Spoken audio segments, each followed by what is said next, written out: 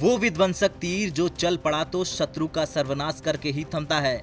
महाभारत के महाबली अर्जुन की तरह नए दौर के इस लड़ाके का निशाना अभेद है तो शक्ति अजेय है।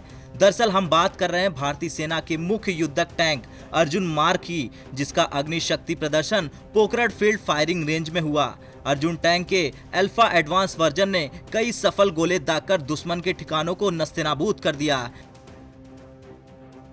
जिससे अर्जुन टैंक से आर्मी फायर पावर को बढ़ावा मिल गया है। इस शक्ति प्रदर्शन के दौरान GOC lieutenant general PS Minhas, battle axe division के GOC major general Ajit Singh Gehlot सहित अन्य वरिष्ठ अधिकारी इस उन्नत टैंक की फायरिंग क्षमता को देखने के लिए उपस्थित रहे।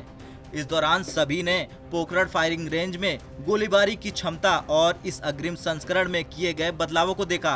ये टैंक खुद को कुपोला के अंदर से एंटी एयरक्राफ्ट में आग लगा सकता है, जिसकी वजह से भारतीय सेना की फायरिंग क्षमता भी बढ़ गई है।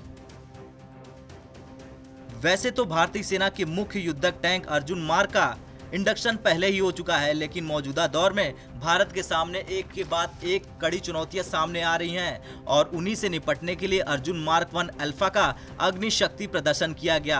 ये अर्जुन टैंक का एक उन्नत संस्करण है, जिसमें अर्जुन टैंक की क्षमताओं को अलग अलग मापदंडों और रेगिस्तान में उन्नत संस्करण में जांचा गया।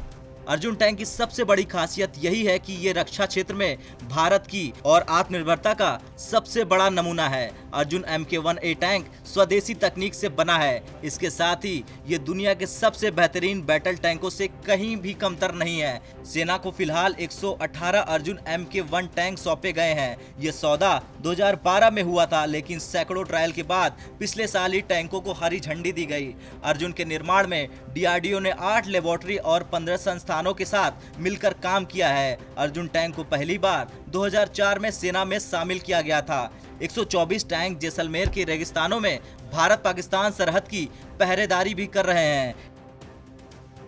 खैर, सरहद पर होने वाली आमने सामने की जंग में टैंक रेजिमेंट का सबसे अहम रोल होता है, चाहे दुश्मन की कमर तोड़नी हो या फिर आगे बढ़ते सैनिकों की ढाल बनना हो। फिल्मी पर्दे पर टैंक की इसी अहमियत और इसकी कहानियां कई बार सुनाई और दिखाई गई हैं। दूसरे विश्व युद्ध से लेकर अब तक दुनिया भर में कई जंगें टैंकों के बल पर लड़ी गई हैं और जीती भी गई हैं।